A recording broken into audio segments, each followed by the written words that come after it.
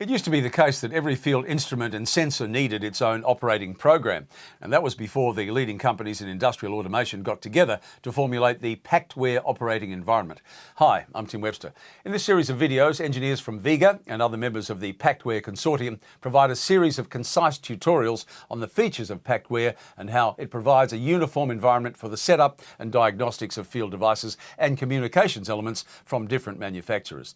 Individual videos address different aspects of PACTware, building into a complete picture of the capabilities of the software environment. Now, these range from establishing simple point-to-point connections to networking using Ethernet and Profibus. The final video in the series shows how the expert diagnostics within PACTware can be leveraged to maintain the integrity of plant-wide networks, allowing faults to be located and rectified quickly and minimising downtime, of course. Find out more from all the W's, vega.com, or call Vega on 02 9542 6662.